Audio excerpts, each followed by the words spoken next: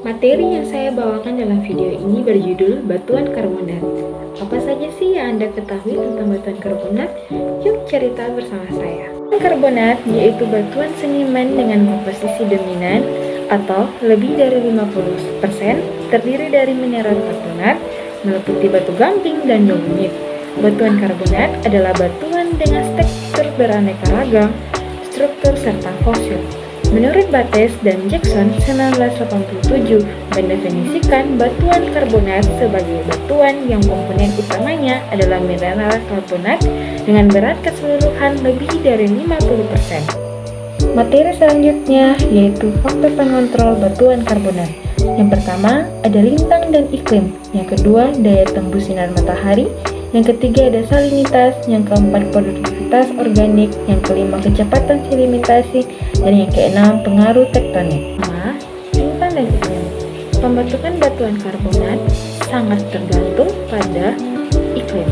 Hal ini berhubungan dengan proses erosi yang terjadi, sehingga ada kaitannya dengan jumlah sedimen yang dihasilkan. Pada iklim tropis dengan curah hujan yang sangat tinggi, maka erosi yang akan terjadi juga intensif sehingga suplai materi sedimen asal darat akan bertambah sehingga berdampak pada tingkat kejernihan dan ketenangan air laut. Apabila kejernihan akan berkurang dan menyebabkan batuan karbonat sulit untuk tumbuh. Ketenangan juga terganggu karena arus asal darat tersebut cukup kuat sehingga batuan karbonat juga akan sulit berkembang dengan baik. Selain itu, faktor lintang juga berpengaruh. Batuan karbonat dapat hidup dengan baik terletak pada daerah khatulistiwa.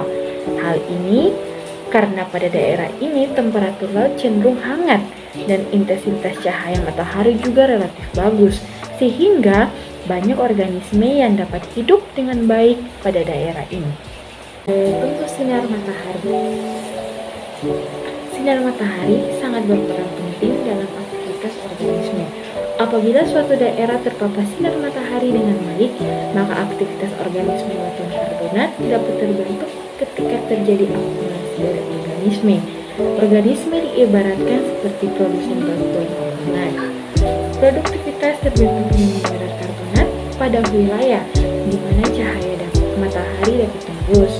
Sinar cahaya dipengaruhi oleh kedalaman air, posisi lintang, dan kejernihan air. Batas kedalaman pertumbuhan koral secara geografi bervariasi. Pertumbuhan koral aktif di Kariben berkisar dari 40 sampai 60 meter, sedangkan di daerah Indo-Pasifik hanya 15 sampai 90 meter. Kita masuk pada faktor yang ketiga yaitu faktor salinitas.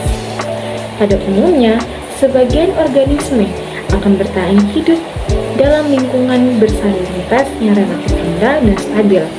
Organisme tersebut dapat tumbuh dengan baik dengan salinitas antara 32% sampai 40%. Peningkatan salinitas menurunkan keanekaragaman biota dan salinitas di atas 40%. Dan faktor yang keempat yaitu produktivitas organisme. Produktivitas organisme merupakan faktor utama dalam pembentukan batuan karbonat.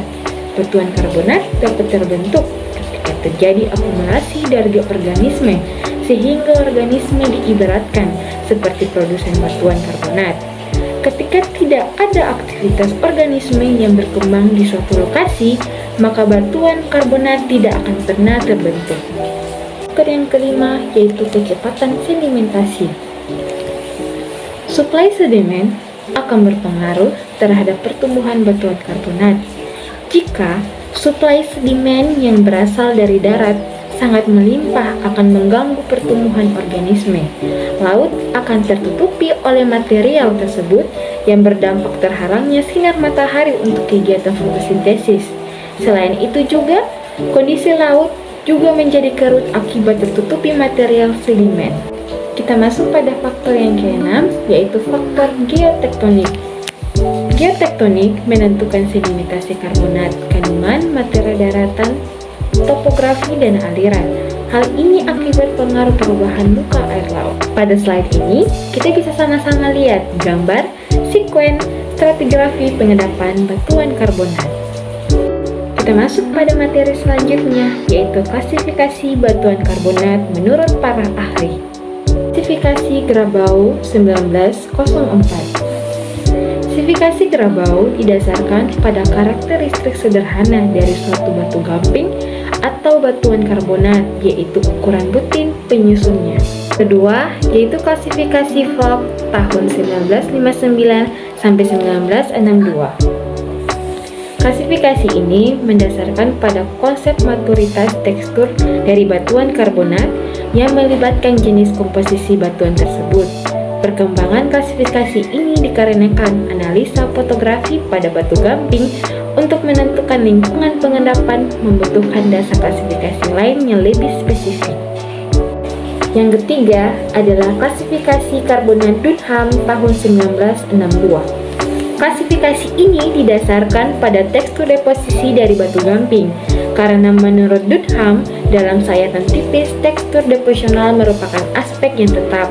Kriteria Dunham lebih condong pada pabrik batuan, misal mud sported atau grain sported, bila dibandingkan dengan komposisi batuan.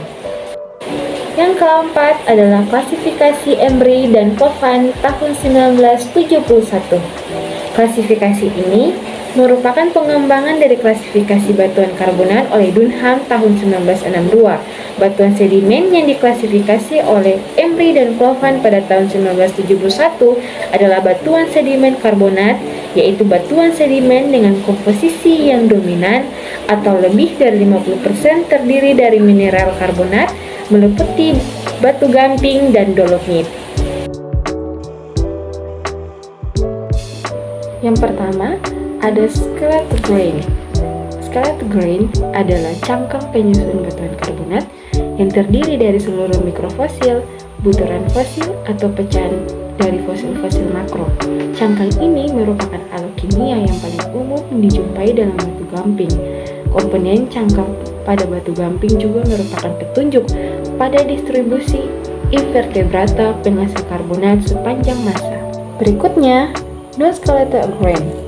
Non-skeletal grain merupakan suatu komponen pada batuan karbonat yang tidak hanya berasal dari skeletal material dari mikroorganisme, invertebrata, atau tali dari tanaman karbonatan. Berdasarkan Vogt 1959, didapat klasifikasikan berdasarkan agregat butirannya, yaitu quadratic grains. Quadratic grains merupakan suatu butiran poligenetik dengan beberapa proses pengendapan yang berbeda. Dicirikan dengan suatu butiran yang dilapisi oleh suatu kandungan mineral lainnya. Berdasarkan Pratt 1938b, diklasifikasikan berdasarkan ukuran yang menjadi mikroid, ukuran dari 2 mm, pisoid 2-10 mm, makroid lebih dari 10 mm. Berikutnya yaitu grain aggregates. Grain aggregates merupakan agregasi butiran yang terbentuk atas butiran karbonat yang saling interlocking dan sudah melalui proses sementasi. Mempunyai karakteristik antara lain: 1. Ukurannya 0, sampai 3 mm.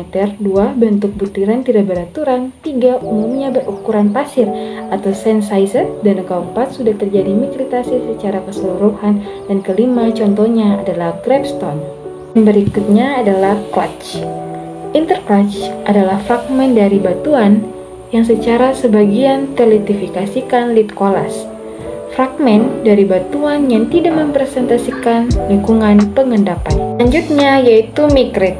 Mikrit batu gamping paling banyak terdiri dari kristal kalsit berbutir halus. Ukuran kristal biasanya kurang dari 4 mikrometer. Masuk pada materi yang terakhir yaitu tentang sparite. Semen merupakan komponen batuan karbonat yang mengisi pori-pori dan merupakan hasil diagenesis atau hasil presipitasi dalam pori batuan dari batuan yang telah ada. Semen sering disamakan dengan sparit hasil neoprisme, padahal sparit hasil neoprisme adalah perubahan dari komponen karbonat yang telah ada. Beberapa jenis semen yang dikenal dalam batuan karbonat modern adalah fibrous, botryoidal, dan lain-lain. Jenis semen tersebut tergantung pada lingkungan pembentuk semen yang dikenal sebagai lingkungan diagenesis. Penjelasan lebih lengkap tentang semen dibahas pada bab diagenesis. batuan karbonat. Kenampakan lapangan dari semen adalah bening seperti kaca, sedangkan di bawah mikroskop memperlihatkan warna transparan. Semen dapat terbentuk pada ruang antar komponen dan juga terbentuk pada ruang dalam komponen atau ruang hasil pelarutan. Demikian presentasi saya tentang materi karbonat. Saya mohon maaf jikalau ada istilah dan penamaan kata yang salah dalam video tersebut. Selebihnya saya mengucapkan terima kasih.